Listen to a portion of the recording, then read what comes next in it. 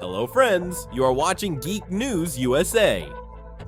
The silence has been broken. Robert Downey Jr. gave a huge interview about his return as Dr. Doom, revealing everything we need to know. When was the decision made? Were there talks about Iron Man? And what will Robert's Victor Von Doom be like? All this and much more right after your like. Get comfortable.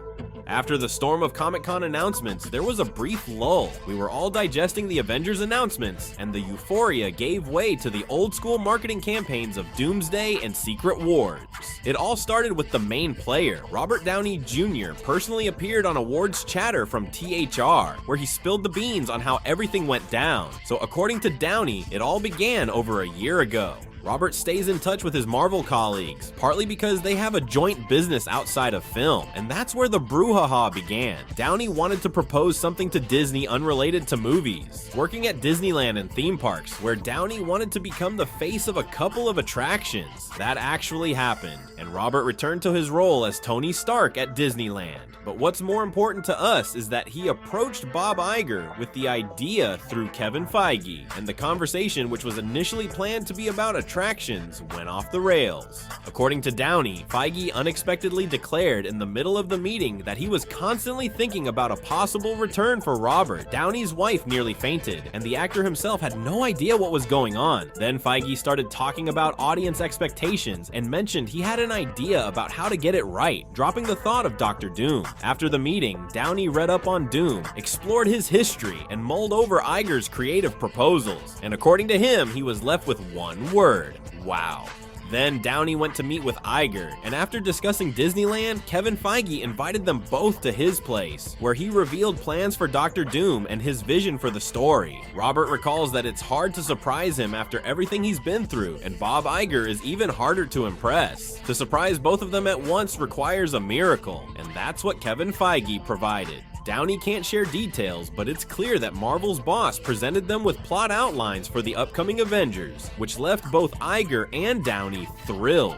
Robert calls the experience one of the coolest emotions of his life. From the tone, it seems Downey might have been considering a return, but didn't know how to set it up. Since then, almost a whole year passed before the official announcement, with details being polished and secret work going on for the Avengers plot. According to Downey, everything has to be perfect, and we'll go crazy over what we see. We don't doubt that, but the interview also hides a few more interesting facts. First, Downey's words align too perfectly with the timeline of what happened with Jonathan Majors. Downey, Iger, and Feige met just over a year ago, and Majors called his lady to an MMA fight right around March 2023. Coincidence? Or was Feige playing it smart? Did he understand that Hollywood doesn't forgive such things and needed to change course? It seems Feige reacted instantly by approaching Downey. Meanwhile, the media spun the story that Marvel's course remained unchanged. The second interesting fact is that the idea fully belongs to Feige. We often criticize him, and often it's deserved, but this time, hats off. Downey himself noted that there's been a lot said about Feige in recent years, but what Kevin told him personally about the Dr. Doom plan highlights Feige's genius. We fully agree. For promptness and creativity, it's an A+. Downey and Bob Iger are indeed not ordinary people. One ensured Infinity War for 5 lives ahead, while the other had Disney in deep crisis, and the threat that fans would label the corporation as a hype machine, reacting negatively to Downey's return. Feige managed to convince both of them with his presentation, which is impressive. The third fact is that our worst fears didn't come true.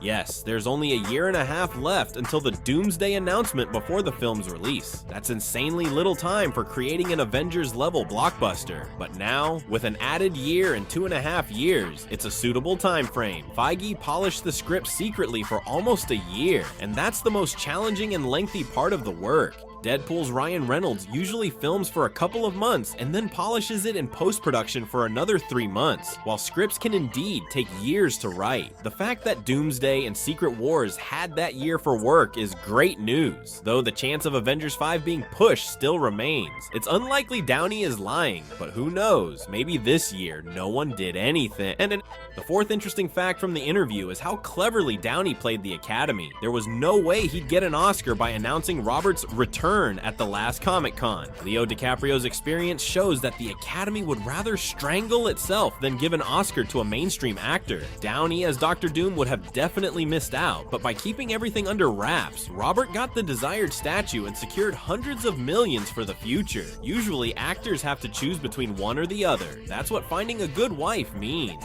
Susan Downey, also being the actor's agent, pulled Robert out of alcoholism, built his career, and now orchestrated the Oscar maneuver. And once again, hats off to Kevin Feige. At that moment, when he already knew Downey would return, Marvel's boss had just experienced the failure of Quantumania and was preparing for the release of the even more disappointing Captain Marvel 2. Back then, Feige was only criticized by the lazy. Just imagine how much he wanted to shut everyone up with the announcement of Downey's return, bringing hype back to the cinematic universe. We seriously believe that Captain Marvel 2 would have earned $100 million more if people had remembered Marvel, but Feige lost money but endured like a partisan to deliver the announcement at the right time. A deep bow to him. That's all the facts, and now we move to reflections. First and foremost, Fantastic Four comes to mind. The film started shooting after Comic-Con, and it instinctively felt like they wouldn't be able to integrate Dr. Doom into the project since the script was already written. Now we understand that Marvel had a year, and there's nothing stopping Downey Jr. from appearing in Fantastic Four. On the contrary, his appearance is necessary to get us warmed up for the Avengers. Consequently, with a 99% probability, we can now say that Victor Von Doom will come from the Fantastic Four world. This will explain why he resembles Tony Stark, but still leaves room for maneuver. Doom can also be an alternate version of Iron Man if desired, to film touching scenes where people from the main universe see their idol. In general, all theories here are confirmed.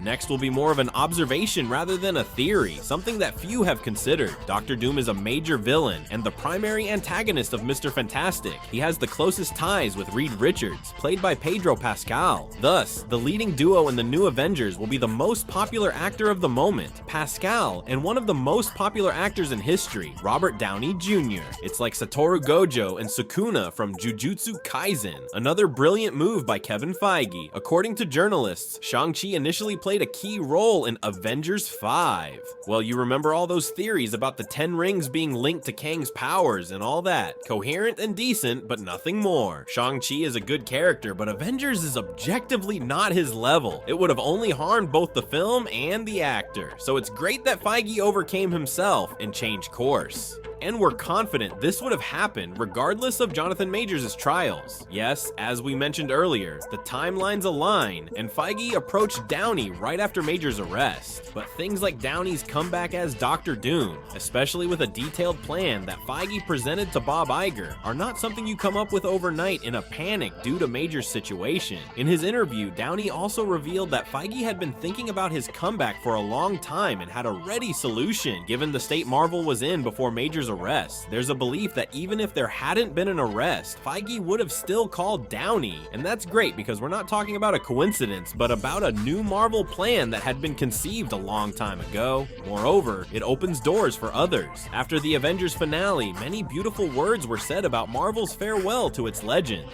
Back then, we said that the departures of Scarlett Johansson, Chris Evans, and Downey were just a matter of time and the success of the cinematic universe without them, and now the main father has returned, and he did it epically and beautifully. Thus, a precedent has been set, and Evans could also return as Captain America from Hydra or any other character, not limited to Johnny Storm. The same goes for Scarlett, Jeremy Renner, and other guys.